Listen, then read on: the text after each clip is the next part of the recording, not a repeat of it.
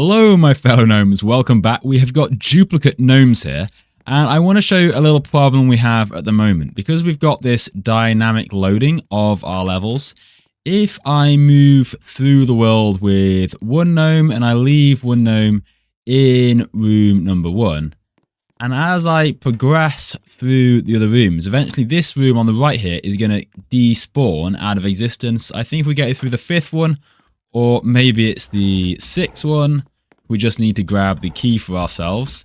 There we are. I think if we come through here, look, there we go. We see that room despawns out of existence and we just get flung onto the ground, which isn't ideal. And of course, if I start going backwards through the rooms, if I keep going, eventually I'm just going to find that empty gaping hole at the end, which is not really what we want. It slightly ruins the immersion for our game.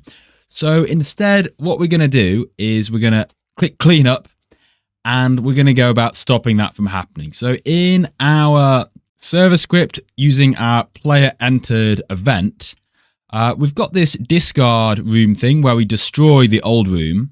But this time, just before we destroy anything, let's go and move any players that might be inside of it. So we'll loop through for player in, and have we got a players variable? No, we'll just do game.players, get players, do, and then we can check if they have a character. If they don't have a character, we'll ignore them. And then we're going to check that max door reached attribute we created in the previous episode, so we can get attribute max door reached. If for some reason they don't have a max door reached, then we will continue on and ignore it again. But otherwise, let's check if that max door reached is less than or equal to the discard room at +1. So if they're close to the end, then we want to teleport them forwards. So character, and we can use the pivot to method. We need to get the current room, which would be generated rooms indexed by the number that the player has just entered. So the furthest forward player, we want to teleport everyone else that's behind into the same room. And then we want to get the entrance of that onto the C frame. And then because, as I showed you in the last episode, our entrance and exits, they're actually facing backwards. So just to ensure that the player is facing forwards, we're just going to rotate it cframe.angles 0, 0, math.rad 180, just to turn them around 180 degrees. Actually, not on the Z, but the Y. Fix that up. And we could also offset them a little bit as well. If we didn't want them to be stood perfectly in the entranceway, we could just move them forward a few studs. So cframe.new 0, 0, let's say -10. That will just move them forward that little bit extra. And then once we've done this teleporting of them, let me just zoom out so you can see that whole line. It's quite a big one. But once we have done that, then we're going to need to update that max door reached attribute. So let's set that. And now that's going to be equal to the current number of the furthest player. So then we're fine to go ahead and destroy the room. But once we've done that, I don't want to have that hole behind the last generated room. So what I'm actually going to do is I'm going to start closing the doors, just like we did with our bacon monster. We fired off that, if in our navigate, we can see we use that lock attribute, and that's what we're going to use again. So we could copy this, go down here and paste that in. Obviously, we're not going to be firing the type of monster it is, so we can just have that as nil. And then in order to get the room, well, it's generated room's number. Now, this is assuming that the door is definitely called doors, but it's occurring to me now that actually we have currently 2 types of door. You might even have more in your game. We have one that's just called door, which would work fine here. But we also have one called kitchen exit. So really, we probably want to use collection service and check the doors that are tagged as a door. So if I select both of these, and if I go to tag and I click the little plus and type in door, that's going to have them both have a little tag now. and I can find that using collection service. So if I go to the top of my script, reference collection service, so that then local doors equals collection service get tagged door, and this will give me a table containing every single door that we spawned in the game. And so we'll just loop through all of those, and we'll check if the parent of that door, if it's equal to the same one that we're getting rid of. So that's generated rooms, the discard room plus one further on than the discard room, then we actually going to want to lock that door. So it'll be V, which is now the door, and then we can just copy this bit. So v.open event, fire, nil, and lock. So let's test that again. We go and test. Instead of just play, we're going to choose the server, start a little virtual server, which will allow us to connect with multiple players. So now we have our first player here. We'll just click it again to load in our second one. There we go. We've now got 2 players. So the one on the right, he's just going to move into the first room and hang around there. And then our second player, if he moves all the way through, oh, he's got to find a key for himself. So when I enter through this 6th room, if I move through it, there we go. You see, I get teleported just behind the other player. And if I was to try and head back, right, let's say I want to get all out of the void like I was able to do before. Well, if I keep heading back, I'm going to see it is actually shut. So it keeps the immersion, the door's shut behind us, and we then can't actually see that on the server, on the other side of that door, where I'm standing, there's actually nothing, right? There's a big void. So that's cleaned up that issue, which is pretty nice. So the next thing I want to do is to react when players die. Because at the moment, if they're navigating through the rooms and they die at some point, well, all that's going to happen is they're going to respawn back in this start room where the spawn point is, and I want to actually show them some information. So to start with, I'm going to create a UI. I'm not going to talk you through the entire process of creating the UI, so I've already got this one I've created earlier. I've got a little button, and let's make this one visible so you can see it. And it's going to say restart inside of the button. We've got this image, which I'll make visible, fills the entire screen. And we've just got this sort of static image on it. And I've made it slightly green, but you can make it red or whatever color you like. So we make the image invisible for now. And then I've also got a little message box here. And in here, we're going to give some little hint to them. So we can say, you know, you died to bacon, something like that. And then we could give some hints, some sort of cryptic message, whatever you want to do. But we're going to set the text back to blank for now and disable that button. Where is the visibility? There we go. So inside of my on-death UI, I'm going to add in a new local script.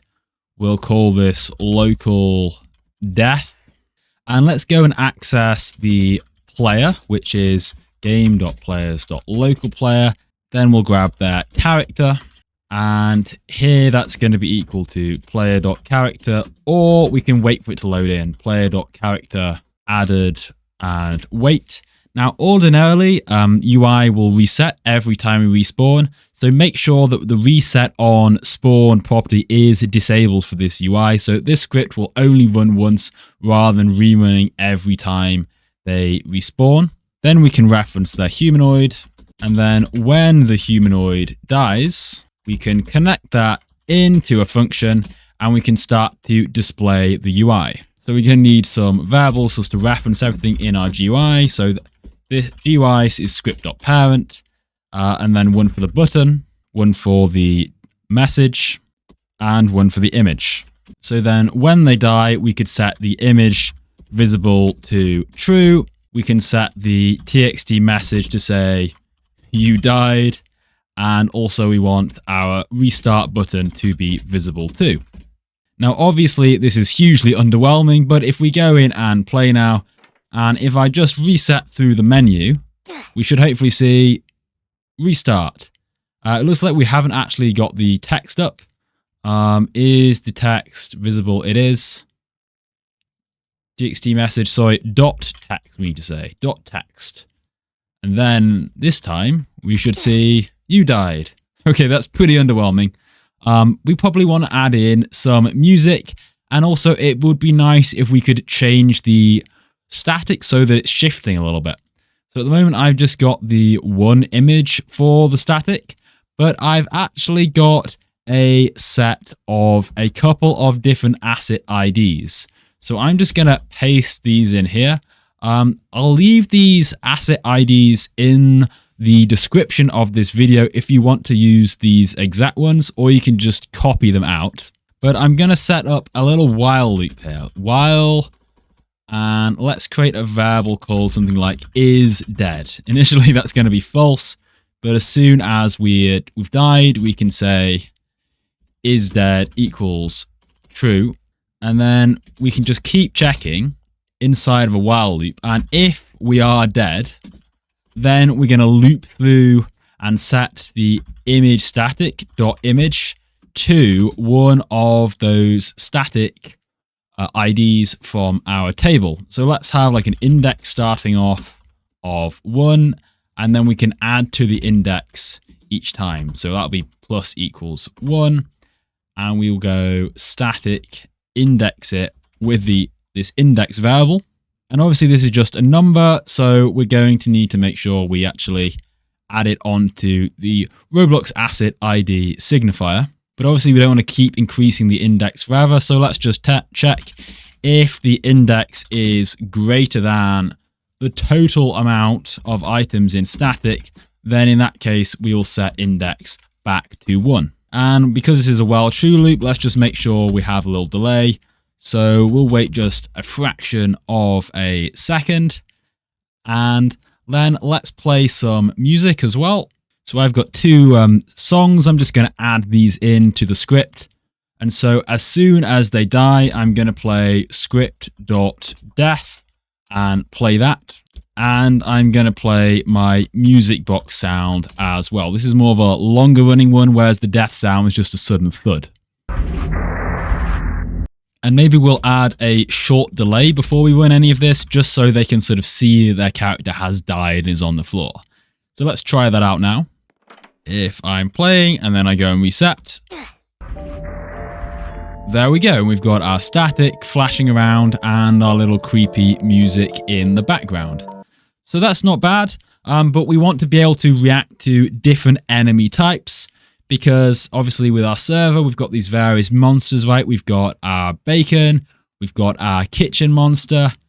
In fact, let's move the kitchen back into room 1 as a kind of example, so that then we can test it against our skeleton monster, wherever he is. There he is. And we want something to happen when we get killed by our skeleton chef. So let's go and create a new module. Let's throw this in. I guess we could put this in replicated storage, or we could even just do it as a child of the script. And let's name this death info. Okay. So local death info. And we're going to create a new entry for the name of every enemy. So we have got bacon, shadow, and skeleton. They are the 3 enemies we've got. So we create one for bacon, and that's going to be a new table. And inside of there, we're going to have an on death message, which will be the first message that they get. And then we're also going to have like a little hint to maybe help them beat the monster next time. So that's going to be another table there too. And so then we'll have one for bacon and copy and paste that. So we have one for shadow and one for skeleton. And so we're just going to type a few different messages here. So this could be like, you were caught by the breakfast head, right? Something silly like that. And then we add a comma and some other message below. And then once we've repeated that for each of them, and there we go. So we've got 4 different on death messages, 3 hints for each of them. They're just silly little things. Maybe you can come up with something a bit better for your game.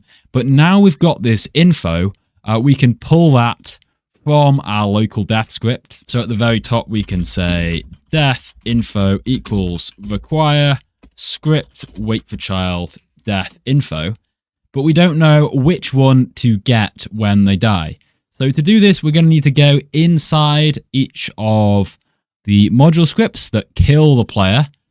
So here in bacon, where is our, here we go, we're setting the health to 0.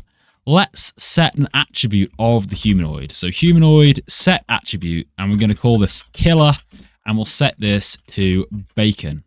Okay, so we set this here, and also when we set the health to 0 here as well. And then we need to go into our other enemy monster scripts, so into the chef, and we'll look for where we set the health to 0 in here. And where is it? Health equals 0. So just here, we set the killer equal to chef. Or we're using chef or skeleton. I'm kind of using two names, which is confusing. Always a bad idea. But that's what we're doing here. So we'll set the killer to skeleton. And the humanoid is going to be target.humanoid. And then in shadow as well, we damage their health. So in here, we will set object.parent.humanoid, set attribute, and their killer is shadow. So now we've got those attributes set up, we can check for it when we die. So let's see, killer could be equal to humanoid get attribute killer. And then let's check if we have a killer, and we can actually find the name of that killer inside the death info. In that case, then we can display the specific info we want. So let's have a little wait for, say, 2-3 seconds. And then we want txt message.text to be equal to the death info killer. And we want a random one from on death. So I think what I might do, seeing as we've got multiple values, let's say message equals this. And then obviously this is going to give us a table. So we want to index a random item, math.random from message. And then let's wait, say, another 2 seconds, and then we'll do the same thing, but this time it's going to be the hint message. So we've got on death, and we've got hint, and we want a random one of each of these. Then we could wait another 3 seconds or so. And actually, maybe we'll wait to make the restart button visible until this very end. And then we'll say, try again, question mark, and then make this visible. So now if we spawn in and we allow the skeleton to kill us. There we go. We get you died. You died to the skeleton chef. Try to collect all 4 ingredients before attempting to make the potion. Try again. So that's a little fast. We probably want a bit more delay between the text, and rather than just having the text flash up, how about we script something that sort of types it out slowly like it's a typewriter. So let's create another function here called type text, and that's going to take txt, the text that we want to send. So initially we'll set txt message.text equal to a blank string. And then what we can do is we can actually loop through the entirety of the string like it's an array. So this will loop through character by character. And we're going to make the text equal to a offset of the string. So string.sub allows us to split up the string. So we need to pass in the total string, and then starting at 1, the first element, and then how much of it we want to display. So the first time we're just going to display a single character, but then as we go through this loop, we'll get 1 more character each time. And then let's have a little delay between every character being added. And we probably want some sound effects as well. So I've already got some tapping sound effects I'm just going to add into my script here. You can see I've got these different typewriter sounds.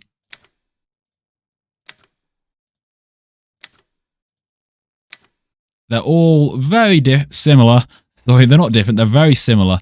But just that slight difference will help when you're playing the same sound repeatedly. So let's say sound effects equals script.tap get children, and then we can just play a random sound each time. Again, using math.random and passing in the total amount of sounds, and then we're going to play one. So then we'll call this function.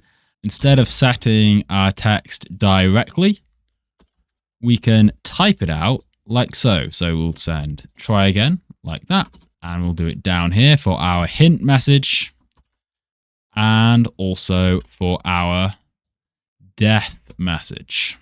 Let's see what that looks like. Hello, Mr. Skeleton.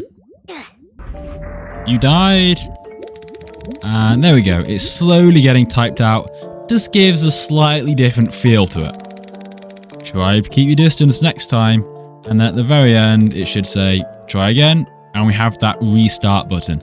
If we tap this at the moment, nothing's going to happen. So we need to code something for that. Another thing that we might want to reset is our ability to respawn independently. Because at the moment, if I just go and I respawn, it's going to trigger the on death. But we're not going to get a death message.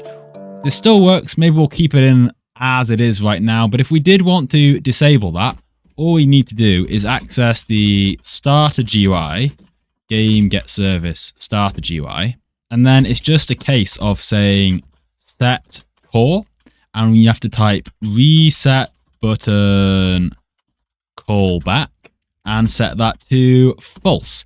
Now, that won't always work sometimes. Let's see if we press escape. It has worked this time, typically, for the demonstration. But sometimes it won't actually load in the correct order. So a good method is actually wrapping this inside of a P call. So we could say local success equals P call function and wrap it like so. And then we can keep repeating this whole thing until we actually have a successful result. And let's just add in a little wait, say half a second each time. So we'll just check that that still works. There we go. And we are no longer able to respawn manually. But obviously, if any of the monsters kill us, then we are still going to die. There we go. So let's add in something that will actually respond to us actually trying to respawn. So first of all, let's respond to the button press. So button restart dot activated, connect that into a function. And once they pressed it, I'm actually going to make the button invisible. And let's call that type text function, and we'll just say loading ...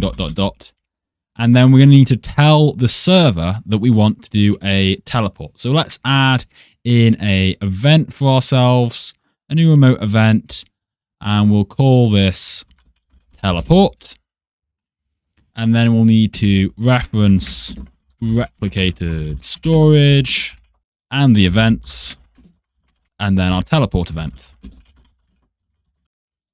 And then we're going to fire the server as soon as this button is pressed. So let's create a new script in server script service so we can actually react to that. We'll just call this teleport, and then we're going to need replicated storage, and obviously we're going to need teleport service. Then we can reference our event, replicated storage.events.teleport. When we get server event, connect that into a function again, and that function will tell us the player. And before we do anything else, let's just print out player.name requesting to exit game, or restart the game anyway. So if I am playing now, let's just check that everything is set up with our remote. So we should see that in our output. Wait for our text again.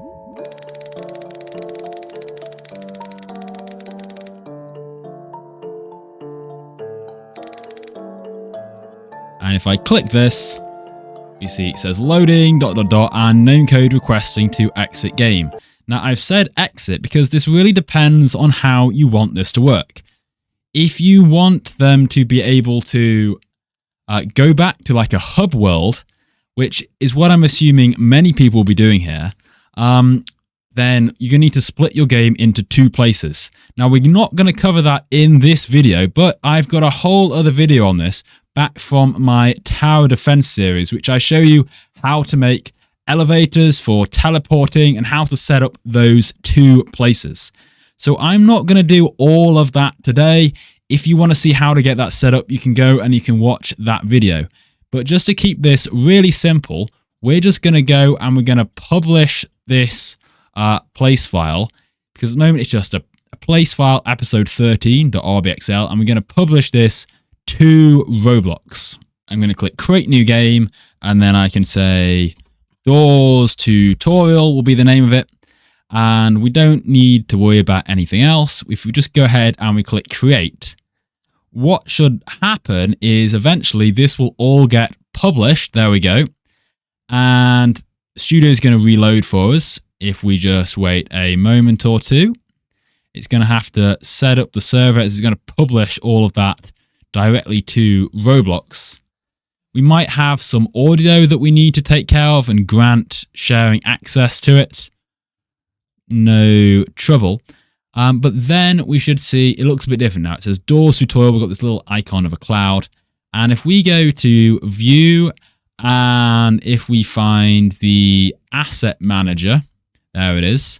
And if we look in Places, we now see we have Doors Tutorial. I can right click, copy ID to clipboard, go back into my teleport script, and I can create a variable for ID equals and paste it in, and there we go. That is the ID of the current place. If you've got a hub world, then you can put the hub world ID in instead here.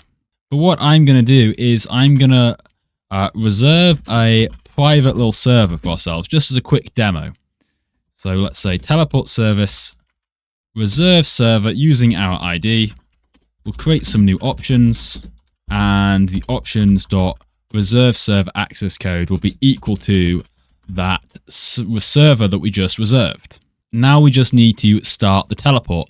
Now we could just use the teleport service teleport async function, and that's pretty good. It will work for us. We could just pass in the place ID, the players, and these options. But there are things that can go wrong with teleport service and using teleport async on its own, and there's a few edge cases we need to handle. And if we look on the official wiki, on the creator hub, on Roblox's information, we can see that they talk about this here.